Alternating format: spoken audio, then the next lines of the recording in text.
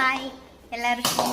இன்றைக்கி நான் என்ன பண்ண போகிறோம்னா, தேங்காய் எண்ணெய் எப்படி வீட்டிலே செய்கிறோம், ஆட்டிட்டு வரோம், அதுக்கான என்ன ப்ராசஸ்ன்றது பார்க்க போகிறோம்.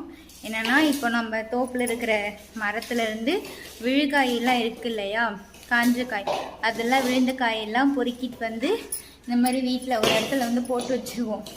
அப்புறம் அது கொஞ்சம் வருஷம் அந்த மாதிரி ஆகி சேர்ந்ததுக்கப்புறம் அதுலேருந்து தனியாக பிரிப்போம், தேங்காய் எண்ணெய் ஆட்டுறதுக்கு அப்படின்னு சொல்லிட்டு. அது எப்படி கண்டுபிடிக்கணும்னா, தேங்காய் காஞ்ச தேங்காய் எடுத்து இப்படின்னு ஆட்டும்போது அதில் ஒரு சவுண்டுக்கு குடு குடு குடுன்னு சொல்லிட்டு ஒரு சவுண்டு கேட்கும். அந்த மாதிரி அடிச்சுன்னா அது கொப்பரைக்காயின்னு சொல்லுவாங்க.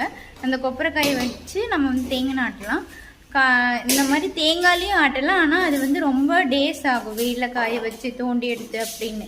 ஆனால் கொப்பரைக்காயின்றது நம்ம வெட்டும் போதே அது காய் தனியாக பிரிஞ்சு வந்துடும், ஒரே நாளில் காஞ்சிடும். அதனால் நமக்கு இதனோட ப்ராசஸ்